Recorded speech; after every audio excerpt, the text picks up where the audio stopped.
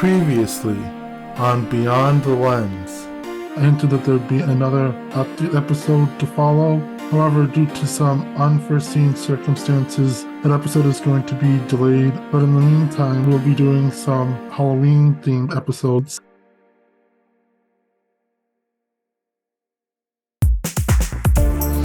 Are you nostalgic, a parent, or perhaps a child at heart? When it comes to children's media, from books to TV shows, and even movies, there's often more than meets the eye. Is it well written? Does it still hold up today? What works and what doesn't? Or maybe you wonder what went on behind the scenes of that work. Together, a trio of adults who are also kids at heart will critique and comment on one piece of children's media each episode. Hello, this is Eric. Hi, I'm PJ. And I'm Rico. You're listening to Beyond the Lens, a family-friendly podcast. Hi everyone, welcome to a brand new episode of Beyond the Lens. This is our second and final Halloween episode. I know it's past Halloween. There were several delays, but it's better late than never. And so today's episode is about a very underrated Nickelodeon series, if I may say so. It's called House of Anubis. So I must ask, PJ, how familiar are you with House of Anubis? Well, when I think it came out when I was in middle school, and I definitely would see the theme song come up constantly. So the opening credits, I guess, or of them introducing the actors and whatnot. Mm-hmm. And it would usually air when I would have to go to school. So I never actually sat down and watched the show. It also wasn't really my type of show, as I was more interested in cartoons when I was a kid. So I never really paid attention to it. But when you said that we were going to cover the show, I'm like, hey, you know what? I'll just give it a shot because it does seem kind of interesting. And even as an adult, I watched the series completely through. I mean, I forgot a lot of the small little details about it, but I think I'm now officially caught up to at least all the seasons. I know you mentioned there was also a movie. I didn't get to that one, but I know most of the show pretty well at this point. Mm-hmm. Yeah, I'm also very familiar with it.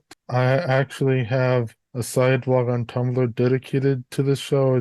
That's right. It's The Assyrian is Chosen. And for a while, I was one of the only ones, and so I was posting House of Anubis stuff, and then slowly but surely the fandom sort of came back. There was resurgence, and now there's a lot of House of Anubis fans on Tumblr again, and elsewhere as well. So House of Anubis is actually based on a Dutch show, Het House Anubis, which really only the first season only followed the original's plotline closely. I've seen a few episodes of the Dutch show with English subtitles. Most of them were later blocked on YouTube for copyright reasons, but someone else later took up the project, and now the full series with English subtitles is out there on Google Drive on a special site. And honestly, I've been meaning to check out the English subtitle episodes. I've just been too busy to really find time to watch it. So you haven't seen the Dutch version? I mean, I've seen I'd say the first season for sure, some of the second season, and then that's when YouTube's copyright bots started getting all haywire. Now most of them are blocked, but someone else recently took up the effort, and like I said, the full series is now out on Google Drive with English subtitles. I just haven't been able to find the time to just sit down and watch it. Ah, okay. And also before there was House of Anubis, there was a German remake of the Dutch show, Das Haus Anubis, which actually followed the original Dutch show more closely than House of Anubis did. Shortly after that, there was a pilot being produced at the BBC, which was basically an English adaptation of the Dutch show. And I only found this out maybe a year ago, a few months. Basically, it sounds like a full pilot was actually produced for this adaptation. It's currently a form of lost media. It had an entirely different cast and maybe would have been a bit closer to the original Dutch show. Anyway, Nickelodeon ended up buying the rights to the series in March 2010, and it was put into production shortly after that. And that sort of brings up a side note. Het House of Anubis, the original Dutch show, had 114 episodes in its first season. House of Anubis only had 60, Oh, wow. so I can attribute much of the rewrites essentially to having to cut the whole story in half, and more or less they wrote new stuff for the next two seasons. Some of the differences between the Dutch and English version in the first season, and we'll go into a little bit more of the details a bit later. The mystery of Joy's disappearance and the search for the cup were actually two different storylines and not interconnected in any way. This is in the Dutch version. And then the English character Rufusina was actually based on two separate characters in the Dutch version, Rufus Malpede and Zeno Terpsla. I'm pretty sure I just butchered the last names in the pronunciation. And then the Chosen One storyline, as present in the first season of House of Anubis, didn't actually appear in the Dutch show until season 2. And unlike House of Anubis, Ninka, who is the Dutch equivalent to Nina, actually is not the Chosen One. And I won't spoil who the Chosen One is here in case anyone wants to go and watch it for themselves. And then finally, Anubis House is not really at a boarding school. It's more so, I guess, a better translation would be a boarding house, which is something a little bit more common in Eastern European countries. Basically, it's like children whose parents are busy with work or whatever and are unable to care for the children full time can have them move into a boarding house while they go continue their education at a public school. And so that's sort of how it was set up in the Dutch show. And so it was changed to a boarding school in the English adaptation. So, Rico, for those that haven't seen the show, can you explain who the Chosen One is and how that comes to be? Yeah, so the Chosen One is basically someone described to be a direct descendant of Amneris. That's the common thread in both versions. And then they're deeply connected to the mystery, and they have special powers in a sense. It's sort of hard to explain because, like I said, there are some differences between the two. In the English version, the Chosen One is the person who needs to essentially rebuild the cup of ink and is the only one who can do it at the chosen hour. Whereas in the Dutch show, where that Chosen One threadline didn't even start, then the cup was just hidden. And once they found the cup, that's when the Chosen One's powers sort of came into play with a curse in a sense. Like I said, I haven't seen the Dutch show all that much, but from what I understand, the Chosen One in the Dutch show basically was needed for a certain ceremony involving the cup, and like I said, Nina wasn't the Chosen One in that version. It was someone else. I guess that sort of explains it's someone. I probably did a terrible job explaining it. Well, I don't think I could have explained it any better. I mean, it is kind of complicated in the English version. Hmm. There's obviously been a lot of differences between the Dutch and English version.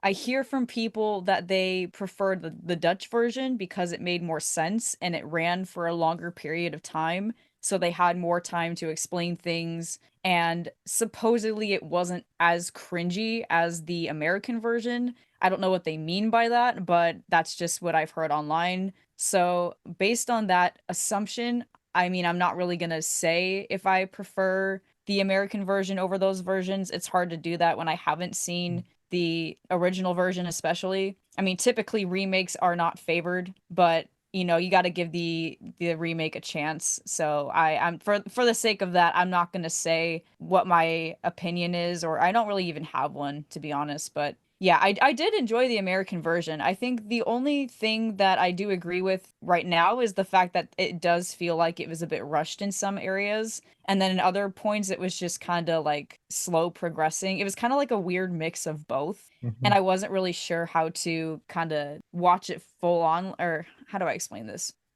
It was hard for me to kind of get a grasp on sub concepts like how the chosen one came to be or what they even learned at the boarding school. To this day, I still don't know like what the boarding school was really even for, because it's like we didn't really get to see like their life outside of the classroom other than the adventures that they would go on or like the things that they would do, with all the stuff that I'm not going to give away any spoilers, but all the stuff that they did with putting together stuff, I should say. And so it was just kind of interesting to me that some like I've never seen anything like it where some areas were just completely I'm not thought of. Some areas were just like very weirdly put together. It Hmm. still made sense, but like I wish they would have spent more time like explaining all the other stuff.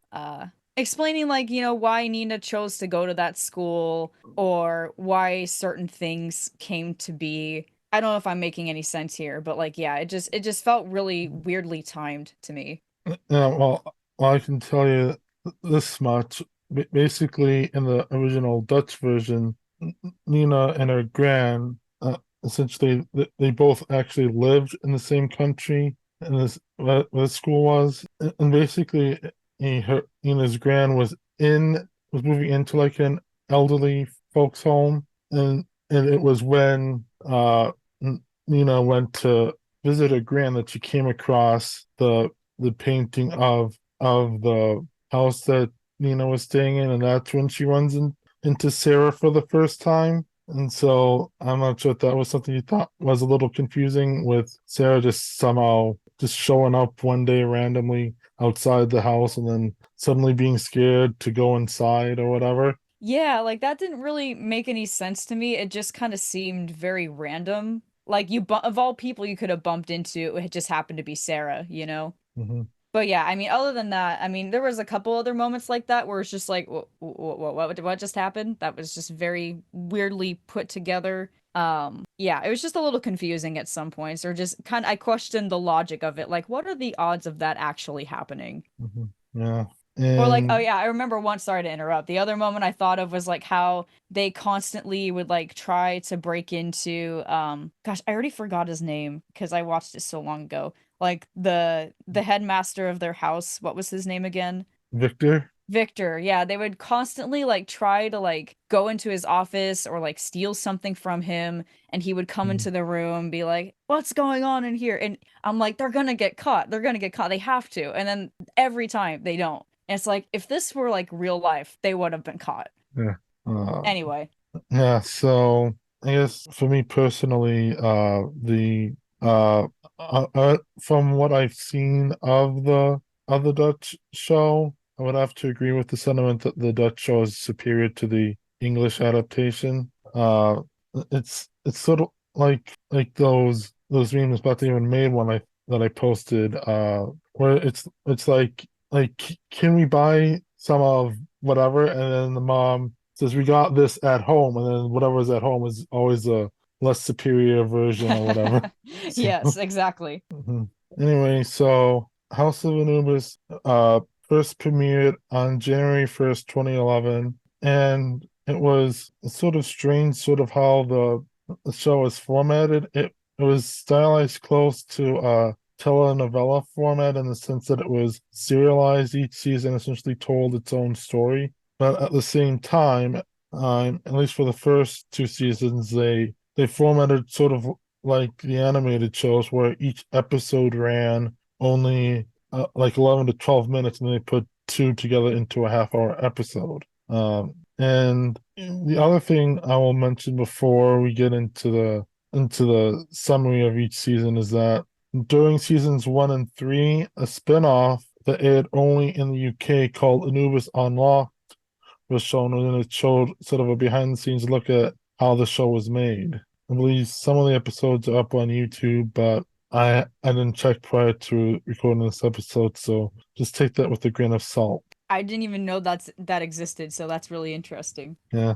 And so the summary of each show that I'm about to read is actually courtesy of Tumblr user who basically I posted asking like if anyone would be able to come up with a summary of a few sentences for each season, and one person who did has username House of Secrets. It's and the summary they gave was very open-ended, and I think that's good because it doesn't really give too much away if you do want to go and watch it. And so for season one, House of Anubis is a drama about an American exchange student who finds herself thrust into the dark side of a British boarding school. Nina, from America, quickly befriends Fabian, the resident nerd, and Amber, the school's fashionista. Unfortunately, Nina's arrival isn't all smooth sailing as she accidentally ends up on the wrong side of the house's punk resident, Patricia. Patricia is concerned about the disappearance of her best friend, Joy, which just so happened to occur on the same day Nina arrived. Nina befriends a local woman, reveals some of the dark secrets of her boarding school house, which is the House of Anubis, hence the title of the show. Hmm. We later learn that the local woman is named Sarah and the daughter of the house's builder, well-known robber barons Robert and the Rise of Frobisher Smythe. Season one is a wild ride of mystery and intrigue as Nina and her friends race against the house's grumpy caretaker and teachers to find an ancient artifact with the ability to make one live forever. The mystery is complicated by the return of Victor's old friend and nemesis, Rufusino. The season culminates in a dramatic standoff with Nina and her friends coming out on top. That was their summary of season one. That sounds about right. Yeah. And then for season two, they say season two had Nina and her friends returning for a new semester. While Nina initially hopes this year will be fun, she soon finds herself cursed by an evil spirit. Her and Fabian, who had finally gotten together by the end of season one, break up and Joy returns to the school. Season two sees the return of many fan favorite characters, as well as the introduction of new students and teachers. Nina's friends, the Sabuna Club, are locked in a race with Victor and the new house mother Vera to secure the mythical Mask of Anubis. The teens must solve several tasks and survive traps designed by the Frobisher Smiles in order to claim the mask. After several life or death situations, the teens claim the mask, and then Nina gets possessed by the cursey ghost. Things get rather tense, and it looks like our beloved teens will die when the new American student, Eddie, bursts in to save the day. It's revealed that Eddie has superpowers which come into play in season three. And that was their summary for season two. Yeah, I like that one too. Although I Uh, never understood why it just seemed very pointless for Fabian and Nina to break up. I didn't really understand that part very much. from what I know from the original Dutch show, there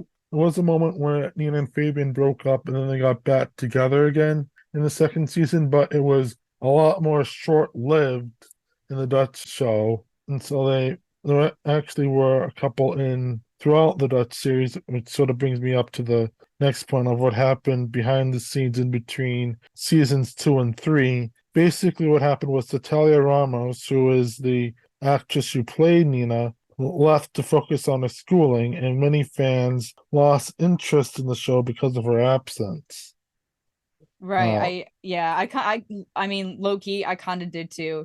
I feel like she did carry the first season at least because she was a mhm, really good actress. mhm. I mean, definitely Nina was a part of it. I mean, because the third season I could barely pay attention to because she just brought a lot of energy overall to like the entire show. And gosh, I keep forgetting characters' names. Who was the new person who took over? Uh, if you're talking about the one that was in season two as well, that would be Eddie. Eddie. Yeah, like I mean, I like his actor, don't get me wrong, and I love the character Eddie because like he also brings like that comical energy to the show, I guess, but him as the new, I guess, front person, it didn't work as well because I felt like he didn't have chemistry with all the rest of the characters. So I think that was the biggest change that I was just not a fan of. And I guess last thing I will note for we go into season 3 is that actually about 30% of the way through season 3, the show actually ended up switching networks from Nickelodeon to TNIC, at least here in the United States, which I actually think wasn't as bad a move as it could have been, simply because of sort of the more darker themes and storylines in that season. Mm-hmm. But anyway, so I guess we'll move on to this person's summary of season 3. Season Although, 3, is that all right? Is that all right if I ask one more question? yeah. So, is there any particular reason why they moved the show from Nickelodeon to TeenNick? Like, I understand that there was like more mature themes, but like, did they ever state the actual reason why they did?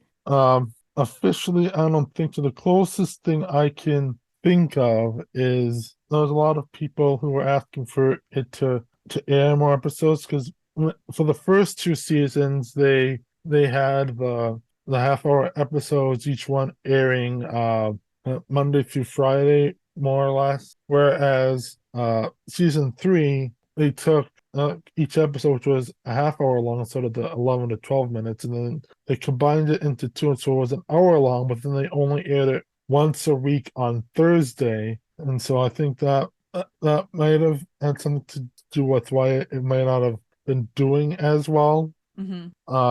And then when they moved it to TNIC, it was actually a little weird, because a new episode was supposed to air on a Thursday, which I think was close to Valentine's Day, if it wasn't Valentine's Day, but it never aired on Nickelodeon. It was later put on demand on on the Monday after, and then it was the following week when they started airing new episodes on TNIC, including the one that was put on demand. And the way they did that is they went back to it only being a half hour long, and they showed one every Monday through Thursday. Although they also had a rerun of the previous episode on that for the half hour before the new episode. So Oh, okay. Interesting. the only thing that I know that was official is that the time they denied they were switching it over to TNIC because they were canceling the show, but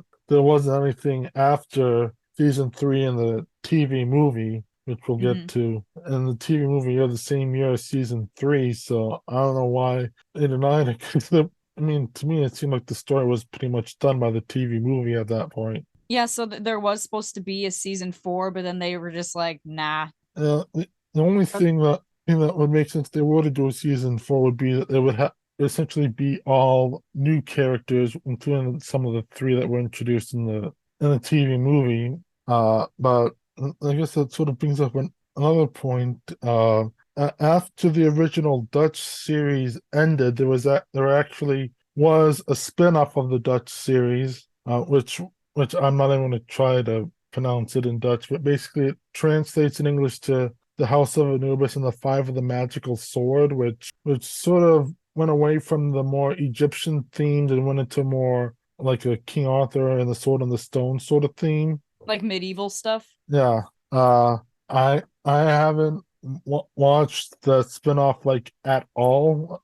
English subtitles or not, so I don't know that much about it. But maybe they were thinking of maybe doing something similar for season 4. I mean, at the end of the TV movie, Victor essentially left school, and a similar thing happened prior to the Dutch spinoff starting to air, where Victor moved out and new caretakers came in with their own nefarious purpose tied into the storyline for that spinoff. But I don't know if that was be what they were planning for season 4. I know. I also know that if they went for season 4, there was a lot of the main cast that said if there was a season 4, they wouldn't be in it. So that might have also been a reason. I don't know. Yeah, because I heard something like that where they were planning for something. I don't know if it was a season 4 or if it was another spinoff, but I remember seeing somewhere that a bunch of cast members were like, "Oh yeah, there is going to be something coming," and then it just never happened. Because I also heard that the show kind of dropped in popularity, obviously because, well, one reason was because Nino wasn't there, and I guess people were just not as interested anymore, or so I heard. But yeah, if you want to go into season 3 now, I think this would be a good tie-in because season 3 was just I felt was very different from the other 2 seasons. Yeah. Season 3 starts with a bang when we learn Nina will not return. And this part, I'll actually interrupt for a second. He says Nina will not return due to her magic possibly clashing with Eddie's and destroying the world. Personally, and that's just me interjecting. Personally, I think that that was a silly, not well-written reason. I mean, towards the end of season 2, when we were talking about the chosen one and the Osirian, which is the name of what Eddie is with his powers, is that it was sort of framed that the Osirian was a protector to the chosen one. And we saw some of that play out in the season 2 finale, and we also learned that it seemed like there's supposed to be like a close bond, and then all of a sudden season 3 comes around, and they're like, nope, the chosen one and the Osirian have to be kept apart, otherwise terrible things will happen. You don't really elaborate on what that is, but it just seems sort of weird that they would just play it up close connection between the chosen one and Osirian as this sort of Osirian being introduced to the chosen one, and now the chosen one has to be moved away. It just didn't make sense to me. Yeah, that was another thing where I was just like, why is this a thing? I mean, I get like why the actress left and why she chose to go to school, and great for her, but like and it would have been so hard to replace her because it just does it wouldn't feel the same way regardless. So I feel like after she left, like there was just no turning back. There wasn't much that could have been done, but at least they could have done the story like a little bit better. I don't know how, but like not randomly taking her out of the equation. Well, I actually did have an idea before season 3 aired as to how they could go about it, but it would require the actress to come back for like 1 or 2 episodes. In the original Dutch show, the character of Appy, who is the equivalent to Elfie, actually gets a curse, and that curse causes him to change appearance. And the reason why that happened was apparently there's some behind the scenes reason why the actor who played Alf Appy had to leave until they brought a new actor in, and so that was the in-universe reason as to why the character looked different, even though it was the same person. And I thought maybe if they would do something similar where that happened with Nina instead, that might be a way of at least keeping her in the story with a different actress. But obviously, they just decided to write her out in the most lazy way possible. So it is what it Yeah, is. I definitely like your idea better. Mhm. So continuing with season 3, Eddie takes in the role as the leader of the group and soon befriends a new student, also from America, named KT. The duo investigates the weirdness of Amon Academy, which I guess is the official slash unofficial name for the boarding school. It never was stated in the show. I think it was stated on the website or something that was the name, but they never really clarified it in the show. Anyway, the duo investigates the weirdness of Amon Academy and uncover another plot by Victor and the teachers. This time, Victor is planning to bring Robert Frobisher Smythe back to life. Eddie and the Sapuna Club try to stop Victor from performing the magical ceremony, but fail. The newly resurrected Frobisher seeks to capture students and staff members to sacrifice to an Egyptian goddess and steal their souls. Patricia, Alfie, Fabian, Victor, and the headmaster Sweet, all of their souls stolen, and wreak havoc upon the school. Frobisher tricks Eddie and Kate into summoning the evil goddess, and the whole school becomes evil. Eddie and KT save the day with help from Willow. All the couples make up in time to go watch fireworks, and we get an adorable ending scene. And so that was the summary for season 3. And the last thing they summarized was the TV movie called The Touchstone of Ra. In The Touchstone of Ra, it is graduation day for the Anubis kids, and I guess I'll interrupt there again.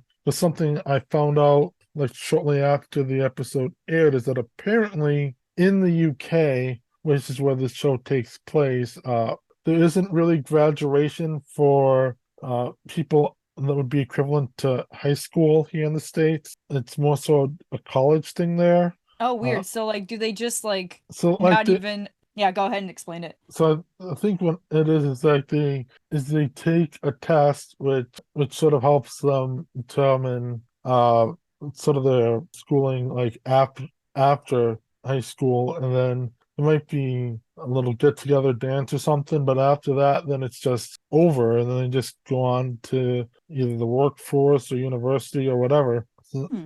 And so that was something that some of the British fans were sort of upset with, like, this is a British boarding school, yet they have graduation. Anyway, Mara and Fabian compete for the award of valedictorian, but Mara wins. The kids are on a field trip to a museum and end up accidentally bringing back home a valuable artifact. The house is forced to take in several younger students and introduce them to the world of Sabuna. One of the young students is actually an evil immortal daughter of Frobisher's old friend. She seeks to summon the god Ra and destroy the world. The Sabunas must work with Victor to save the day and stop Mara from being sacrificed. The movie ends with Victor officially leaving the school to protect the touchstone, and all the couples are happy and ready to move on to university. Okay, now I have to watch the movie. I had no idea that Victor actually left.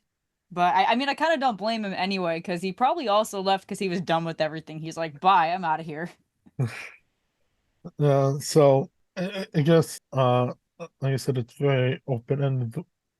What the reason why he decided to leave this world was more so to protect the artifact that was stolen from the museum, so it didn't fall into the wrong hands again, essentially. So that's why he left. Hmm. Uh, and, and I guess my question is, out of the three seasons, do you have a favorite? I mean, I just got to go with the first season because it was the most engaging to me. Although it was fun, like I will say for season 2, seeing them like have the progression of figuring out like the I guess it's the basement where the maze was, and like I did like the progression and like character developments there where they were trying to figure out how to get to the end of the puzzle and finally get they were going for like was it a chalice? It was the Mask of Anubis. The Mask of Anubis. Oh my gosh. That the chalice was the first season, right? Yeah. Yeah, so they were going for the mask, and I did like like I said, the progression of the puzzle and trying to figure things out, and like Victor Mhm. kind of finally getting on to them about it. But the first season, I did enjoy like seeing the characters interact with each other and like getting to know each other, and overall like Nina's character like really I guess being the front person of the show. Mhm. We kind of saw less of that in season 2 where everyone was kind of working together, Mhm. and I mean, I don't know. I love both of those seasons just for different reasons now that I think about it. Mhm. But yeah, I definitely think like the first 2 seasons are superior to season 3. Yeah. I would have to agree that season one would probably be my favorite season. It's an amazing, cohesive mystery story. And it actually connected with me at a very difficult time in my life, and I wrote about that on my House of Anubis blog somewhere. If you want to look at that, I would suggest you do that. Mm. But even though a close second for me is actually season three. I guess more so just sort of the way that story unfolds. I actually like that better to season two. Like I know it's probably not the best season or that well thought out, but for what it is, I actually do like it. Yeah, I think that's why I didn't really enjoy season 3 because I felt like it was rushed and like everything was not thought out. And then you had KT who was just like randomly introduced to the House of Anubis, and everyone just didn't really seem to get along with her. Mhm. I never really like connected with her character because like Mhm. the actress just wasn't easy to connect with, and especially if you're in a new place it's going to take longer to establish a relationship, and I think that's why I didn't really enjoy that season as much. Yeah, I haven't listened to this, so I can't say for sure, but I think I read somewhere from someone who had listened to it. Basically, there's another podcast dedicated to the show called Anubis Backwards. And I think they interviewed actually one of the cast members, Brad Kavanaugh, who played Fabian. Mm-hmm. And I think he revealed that when they produced season 3, it was sort of broken up into 4 blocks, and actually the first 2 blocks that were shot were sort of in the middle of the season, and then the third block they actually went back and shot sort of the beginning of the season. And so I'm not exactly sure why they did that, or if they were rating on the fly or what happened there. Mm-hmm. Because I guess to me, when I look back on it, if I had to guess, I think each block was what, 10 episodes? It was split evenly. Yeah, there's a lot of episodes in the last season. Yeah, and so each and so I would say the ones that were the most stressed would be the first 10 episodes and the last 10 episodes, with the parts in the middle being a bit more better paced. And that might be why, because it seems like they might have had an idea of where they wanted to go with the show, obviously, if they were filming the show, but it sounds like they were sort of essentially filming like the whole block of episodes out of order, in a sense. That would be why it was the way it was. Yeah, I mean, as an actor myself, I mean, it's not uncommon for like the ending of a show to be filmed first, and especially if it's like a really long project like a trilogy or like a series, Hmm. because they want actors to like I guess stay the same age or something, or like maybe they go back in the past or something. I have no idea. That part's not uncommon, but it also depends on what it is, and if it's just like a consistent season like that, it is kind of odd to see like the ending or the beginning being filmed, well, the beginning being filmed last, because by that point like the actors already have chemistry with each other, versus if you had filmed the beginning of the season with the actors not really knowing each Hmm. other. That's like in the show too, where they're starting to get to know each other, and you can see the actual like I guess it's in real life. You don't even really have to act, it's like seeing them interact for the first time. So now that you mention that, it kind of makes more sense to me. Now, if I had to guess as to why they might have wanted to film it out of order, this is just a guess. I'm not saying this is what happened. The character Amber, who left in like the 10th episode, Hmm.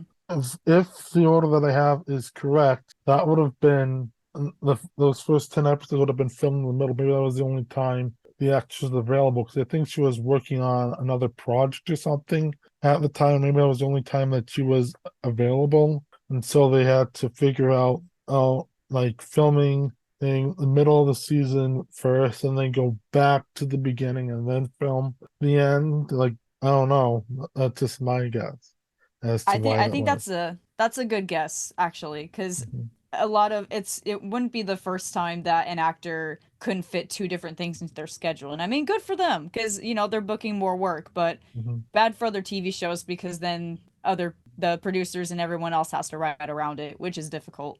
Mhm. And it's also difficult for the fans, because then they're watching a show where they're saying, well, and it's like, okay, we're saying goodbye to this character, and it's like, what? Why? That doesn't make sense in this universe. And I guess speaking of characters, now would be sort of a good time to sort of dive into some of the characters. Obviously, we have Ina Martin, who is the main character for the first 2 seasons, and is the chosen one. And then we have Fabian Rudder, who is the shy, geeky sort of boy and is Ina's love interest. And then we have Amber Millington, who is a rich girl, who's a bit ditzy, but she actually coins a club named Sabuna, which is Anubis backwards. And she, like I said, leaves a quarter of the way through season 3.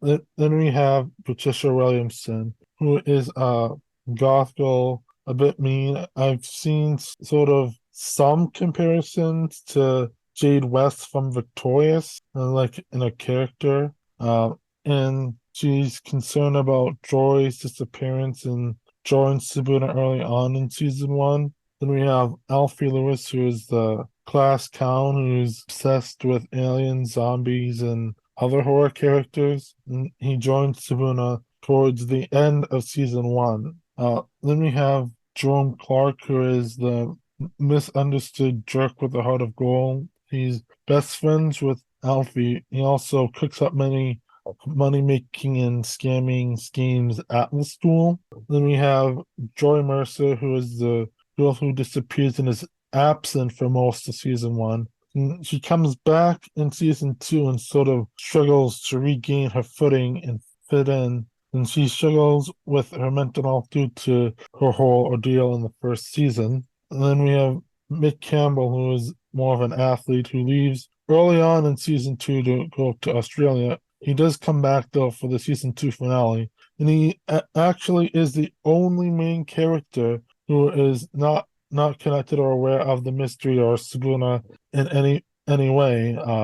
Then we have Mara Jeffrey, who's a smart girl, and is usually at the heart of some romantic B plot each season. And she does find out about Sabuna first in that TV movie. Then we have Eddie Miller, who is the main character in season three. He first appears in season two as a romantic interest for Patricia. He's a bit of a bad boy and is the son of the headmaster, Mr. Sweet, and we find out that he is the Osirian. Then we have KT Rush. She's a new character in season three, an American girl who comes on a mission for her grandpa and is last surviving descendant of the instructor of Anubis House, Robert Frobisher Smythe. And lastly, we have Willow Jenks, who's another new character in season three. She's a bit of a quirky girl, and the way I would sort of describe her is almost like an in-universe fan of the show, if that makes sense. And of course, we have a lot of side characters who are mostly adults, like Victor, who is the strict caretaker of Anubis House, and Trudy Rahman, who is the house mother of Anubis House. Mr. Sweet, who's the headmaster and principal of the school. Rufus Zeno is the main villain in the first season, and I thought it was sort of interesting in the sense that it sort of breaks the rule that the enemy of my enemy is my friend, because obviously Victor's enemies with Rufus, but Sabuna's also enemies with Rufus. And we find out in season two that he was the original Osirian. Then we have Sankara, who is the main villain in season two and is the ghost or spirit that Nina accidentally releases. And then we have Miss Denby, who is the main villain in season three and is an evil teacher who has stolen her sister Harriet's identity. Then we have Sarah Frobisher Smythe, who is the daughter of Robert and Eliza Frobisher Smythe, the original inhabitants of Anubis House. She's the original chosen one and befriends Nina early on, and she does end up dying in the middle of the first season. And then there's other teachers like Mrs. Andrews, Mr. Winkler, and Miss Valentine, and other adults like Nurse Delia, Sergeant Roebuck, Joy's father, Frederick Mercer, and Vera Devonish, who is the house mother for Anubis House in season two, and a lot more. I could go on forever. So I guess, do you have a character that you relate to the most? Well, I will say, because there's just so many. I was just Patricia's character that first season where she was like nonstop about joy was like one of the most annoying things that I've ever heard from any show. It was just very hard to like her character and try to relate to her. But then as the season went on and as like the series went on, I mean, it got much better. And Patricia was a character that I kind of grew to like, but it was like, holy smokes, that was just so much to take in for her. And I mean, some of the actors, I'm not going to name like which ones, like they made it kind of harder to relate to the characters because the acting, granted it was a kid show, wasn't the best. So I don't know if I have a particular favorite character, but out of all the characters that like, I don't know, out of all the characters, I think the only one who like makes rational decisions and takes things seriously is probably Fabian. Cause like I can't picture, I mean, Nina did too, granted, but like, and she carried the whole first season, like I said, but like Fabian just seemed like the most relatable character to me because he was like Mhm. questioning things and like trying to figure things out rather than like Alfie, who was constantly joking, or Jerome, who was doing the same thing. So it was like Fabian was the only character that I thought was rational. Yeah, I would personally have to relate to Joy. She's been a bit unlucky in love and always puts up this facade of happiness, but is struggling internally with her mental health. And I know it's partly attributed to what happens to her in the first season, but I don't know, I just relate to Joy. No, Uh, I definitely like Joy too. I just wish, like, I mean, obviously she couldn't be in the first season much because of what happened to her. But I think if she had more screen time in general, then I'd probably like her character more. But uh, she doesn't like she's not a character that I remember much because she wasn't in the show as much as Fabian was, if that makes sense. But I do like her mhm. character. Um, and I guess one of the last things I wanted to talk about is some of the more popular headcanons that I've heard among various fans. The most popular one being that KT is a lesbian. Do Is you have there any any? particular reason why people think this? I guess the big one. Well, first off, she doesn't really have any romantic interest throughout the whole show, and then I guess one thing is that Kitty at one point confides in Patricia that she doesn't like Eddie that way, and I guess some people, for whatever reason, took that as in she's not into like boys at all. So Yeah, I can see that, but I also can see the possibility of her being ace if that's what people are assuming from her I guess disinterest currently in like any kind of relationship, I guess. now I've seen that ace thing floated around too, or at least somewhere on the asexual spectrum. But I guess the more leading one is that she's a lesbian. Yeah, I mean, I guess I could see that too. Mhm. And the other one is one headcanon that I heard. It's not as prevalent as the previous one, but it's actually one that I can't unsee. And I like your take on this. The idea that the character Willow is autistic. I've heard about that one too, and I kind of do I can see why also people also think that she might be autistic. Mhm. Yeah, I've actually wrote down some of the reasons and why that might be. Like her famous or infamous scree is more so a vocal stem, and that there's other stems like swaying and hand movements that we see in the series. And Hmm. then she also misunderstands people on occasion. Like a few examples that I came across is that when they're talking about the revenge operation on Jerome, she's like, "You're gonna have to count me out. Operations make me woozy." When someone asks Willow where she got her nursery rhyme from, she's heard it from. She said, "My grandpa." Then like, okay, what's his name? And she's like, "Grandpa." And then the other one being that. Is that when they are doing the family tree project, she just instead just draws a tree, not doing a family tree, she just draws a tree. Yeah, that's relatable. And then I guess the last thing I would say is that there are moments where she's sort of socially awkward. Uh, that's sort of the three that I've come across. I guess if you had any more thoughts on that, Just in general on the show. like on the headcanon that Oh, Willow's the autistic. headcanon. I mean, I think that sounds about right. I really I don't do headcanons that often unless things like I guess really scream at me. Like if there's people will headcanon anything if they Hmm. see one thing. I'm Yeah. that person that waits for like multiple signs to come up. And Hmm. I don't feel like with any other character I've seen enough to, I guess, headcanon something. So I think Hmm. everything that you said kind of lines up. Hmm.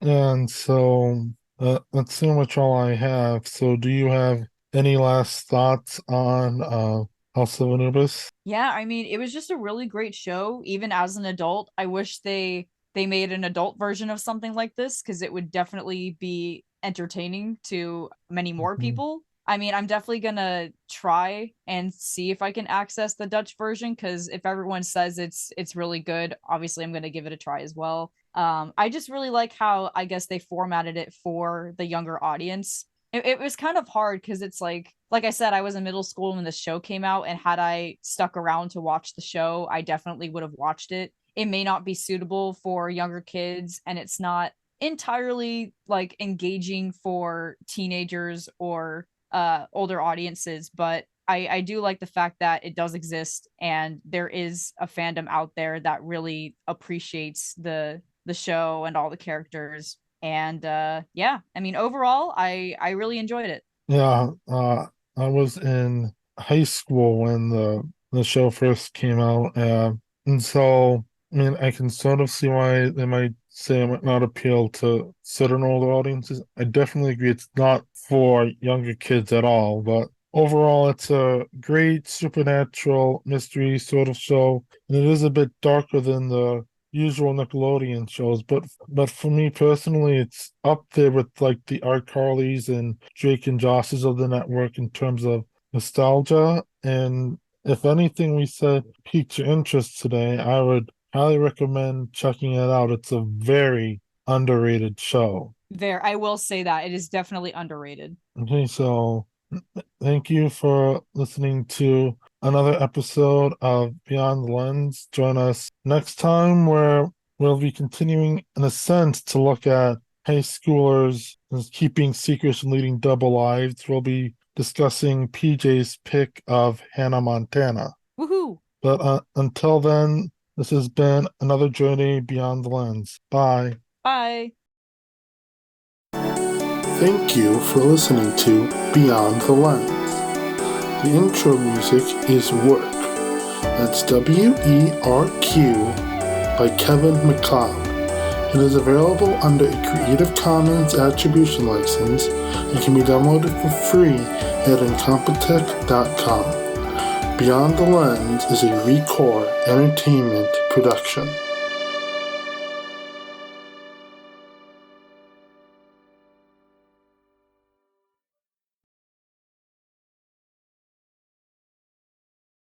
Did you hear what I said? Where's Eric? If Diesel has unfinished business, there's sure to be trouble right around the corner.